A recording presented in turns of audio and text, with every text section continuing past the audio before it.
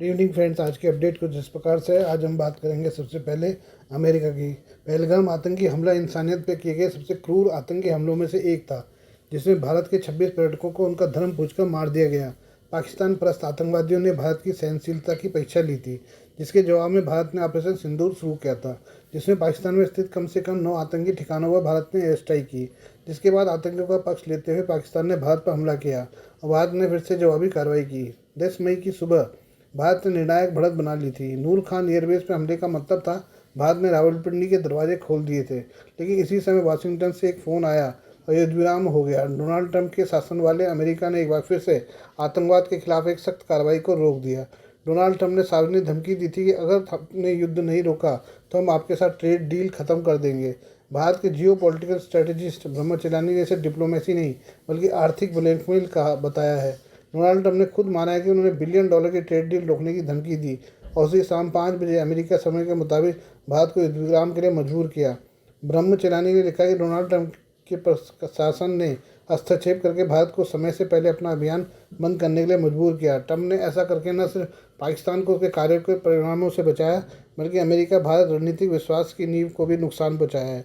Donald Trump ने युद्ध विराम का क्रेडिट लिया, सार्वजनिक तौर पर सेकी बगारी। मध्य पूर्व के दौरे पर पहुंचे ट्रंप ने रियाद से दोहा तक दोहराया कि उन्होंने भारत और पाकिस्तान के बीच ऐतिहासिक युद्ध विराम करवाया है, लेकिन ट्रंप के इस घोषणा के पीछे कड़वा सच छिपा है। ब्रह्मचर्यानी ने लिखा कि अमेरिकी हस्तक्षेप शांति के लिए नहीं था, बल्कि यह एक लंबे समय से प्रमुख गैर नाटो सहयोगी को उसके छद्म युद्ध के नतीजों से बचाने के लिए था। उन्होंने लिखा कि भारत का अभियान सिर्फ 3 दिनों तक चला, जो आधुनिक सैन्य अभियानों में से सबसे छोटा था। फिर भी भारत ने महत्वपूर्ण कामयाबी हासिल की। भारतीय सेना ने पाकिस्तानी हवाई सुरक्षा को कमजोर कर दिया और प्रमुख हवाई ठिकानों पर हमला किया। तकनीकी कौशल का प्रदर्शन करते हुए दोनों देशों ने ड्रोन और सटीक मिसाइलों पर बहुत ज़्यादा भरोसा किया, लेकिन पाकिस्तान ने काफ़ी ज़्यादा प्रोजेक्टाइल लॉन्च करने के बाद भी और किसी भी भारतीय सैन्य प्रतिष्ठान को नुकसान पहुंचाने में नाकाम रहा। ट्रंप ने बार बार कहा कि उन्होंने भारत को कारोबार रोकने की धमकी दी और ब्रह्मचर्यानी ने लिखा है कि यदि सच है तो आतंकवाद का निर्यात करने वाले राज्य की रक्षा के लिए अमेरिका ने कूटनीति नहीं बल्कि आर्थिक ब्लैकमेल का लाभ उठाया। इससे एक भयावह प्रश्न उठता है कि यदि वाशिंगटन सैन्य संकट में भारत को रोकने के लिए व्यापार रोकने की धमकी दे सकता है, तो अगले संकट के दौरान रक्षा आपूर्ति श्रृंखलाओं को हथियार बनाने से उसे कौन रोक सकता है। उन्होंने कहा कि भारत ने अमेरिकी सैन्य हार्डवेयर खरीदने में लगातार इजाफा किया है, लेकिन ट्रंप की इस धमकी के बाद सबसे बड़ा डर ये उभर कर आया कि वास्तविक संघर्ष के दौरान अगर वाशिंगटन नल बंद कर देता है तो ये डिफेंस सिस्टम किसी काम के नहीं रहेंगे। लिहाजा किसी भी देश की राष्ट्रीय सुरक्षा किसी अन्य शक्ति की राजनीतिक सनक पर निर्भर मंचों पर निर्भर नहीं होनी चाहिए। उन्होंने लिखा कि भारत के सैन्य अभियान के 2 दिन बाद अंतर्राष्ट्रीय मुद्रा कोष ने अमेरिका के मजबूत प्रभाव की वजह से पाकिस्तान के लिए $2.4 बिलियन के बेल आउट को मंजूरी दे दी, जो डिफॉल्ट के कगार पर खड़े देश को वित्तीय जीवन रेखा प्रदान करता है। बेल आउट का समय बता रहा था कि दक्षिण एशिया में सबसे लगातार आतंकवाद प्रायोजक को अवार्ड दिया गया है।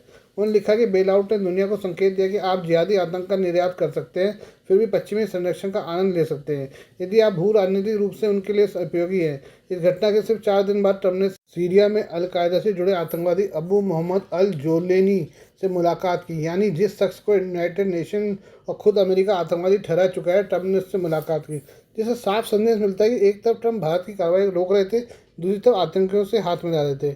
इतना ही नहीं, अमेरिकी स्टेट डिपार्टमेंट ने 14 मई को तुर्की को AIM-120C8 advance air to air मिसाइलों की बिक्री को मंजूरी देने का ऐलान किया है, जिसकी अनुमानित लागत करीब $225 मिलियन है। इसके तहत 53 AMRAAM मिसाइलें और 6 गाइडेंस सेक्शन शामिल हैं। रिपोर्ट के मुताबिक तुर्की अपने F-16 फाइटर जेट्स को अपग्रेड कर रहा है, लिहाजा उसे अब नई मिसाइलों की जरूरत है। तुर्की ने अमेरिका से ही F-16 फाइटर जेट खरीदे हैं। F-16 में AMRAAM मिसाइल लगाने के बाद इसमें BVR यानी beyond visual range air security क्षमता आ जाएगी। ट्रंप ने तुर्की को उस वक्त हथियार देने के लिए समझौता किया है जब उसने भारत के खिलाफ पाकिस्तान को ड्रोन दिए थे। लिहाजा भारत को सोचना होगा कि क्या अमेरिका पर भरोसा किया जा सकता है। आइए बात करें तुर्की की।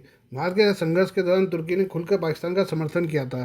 तुर्की ने भारत और पाकिस्तान के बीच अपना खेमा चुन लिया है, लेकिन तुर्की को लेकर ताज़ा रिपोर्ट्स में कहा गया कि राष्ट्रपति रजब तैयब अर्दोगन की नज़रें चीन की तरह ही हिंद महासागर में टिकी हुई हैं। इसके लिए वो अंतरिक्ष में बैलिस्टिक मिसाइल के टेस्ट के लिए एक स्पेस पोर्ट बनाने के लिए जगह खोज रहे हैं। रिपोर्ट में कहा गया कि तुर्की कथित तौर पर हॉर्न ऑफ अमेरिका के सोमालिया में स्पेस पोर्ट बनाने के लिए बात कर रहा है। इसके जरिए तुर्की की कोशिश न सिर्फ हॉर्न ऑफ अफ्रीका में अपना प्रभाव बढ़ाना है, बल्कि स्पेस टेक्नोलॉजी को विस्तार देते हुए सोमालिया में बैलिस्टिक मिसाइल लॉन्च पैड बनाना है। तुर्की इसके जरिए सोमालिया में स्थित रणनीतिक भौगोलिक स्थिति का फायदा उठाना चाहता है। हालांकि तुर्की का यह प्रोजेक्ट सीधे तौर पर भारत को प्रभावित नहीं करता है, लेकिन पाकिस्तान की मदद के लिए जिस तरह से तुर्की खड़ा रहा वो भविष्य में नए खतरे का दरवाज़ा खोलता है।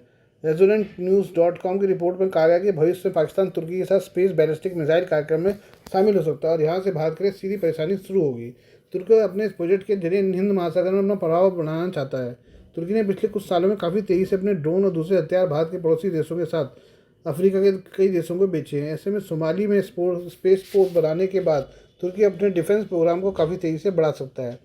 दरअसल तुर्की कई भौगोलिक परेशानियों से बंधा हुआ है। उसके लिए भूमध्य सागर और काला सागर के पास टेस्ट लॉन्च करना काफ़ी जोखिम भरा साबित हो सकता है। तुर्की के लिए अपनी सीमा के अंदर से मिसाइलों का टेस्ट करना, लगातार भीतरी और भारी निगरानी करना भी काफ़ी मुश्किल काम है। लिहाजा तुर्की को ऐसी जगह की तलाश है उसके लिए भौगोलिक तौर पर आदर्श स्थिति बनाता हो और रणनीतिक तौर पर उसके लिए फ़ायदेमंद हो। अर्दोगन की इस कसौटी पर सोमालिया सटीक खड़ा उतरता है। मुख्य भूमि अफ्रीका के पूर्वी सिरे पर स्थित सोमालिया हिंद महासागर के साथ सोमालिया की तटरेखा और भूमध्य रेखा से इसकी नज़दीकी इसे स्पेस पोर्ट बनाने के लिए एक आदर्श स्थान बनाती है। यहाँ से भूमध्य रेखीय प्रक्षेपण स्थलों को पृथ्वी की घूर्णन स्पीड का लाभ मिलता है, जो रॉकेट प्रक्षेपणों के लिए प्राकृतिक फायदा है। यहाँ से लॉन्च करने पर मिसाइलों को कम ईंधन की जरूरत होती है और एक सुरक्षित स्थान बनाता है। रिपोर्ट के मुताबिक तुर्की सोमालिया के जमामे ड्यून क्षेत्र में स्पेस पोर्ट बनाना चाहता है। तुर्की साल 2028 तक सॉफ्ट मून लैंडिंग करवाने की योजना पर काम करना चाहता है। इसके लिए उसने $1 अरब का बजट बना रखा है। राष्ट्रपति एर्दोगन ने साल 2021 में इसकी घोषणा की थी। माना जा रहा है कि स्पेस पोर्ट तो बनाने से लेकर इसके मेंटेनेंस में करीब $350 मिलियन खर्च हो सकते हैं। इस पोर्ट से तुर्की को हिंद महासागर तक सीधी पहुंच मिलती है, जिससे मिसाइल और रॉकेट परीक्षण निर्जन जल क्षेत्रों की ओर मोड़े जा सकते हैं। वहीं तुर्की से अगर मिसाइलों की लॉन्चिंग होती है तो उसे आसानी से पश्चिमी देश टैग कर सकते हैं और हस्तक्षेप कर सकते हैं, लेकिन सोमालिया में ये खतरा खत्म हो जाता है।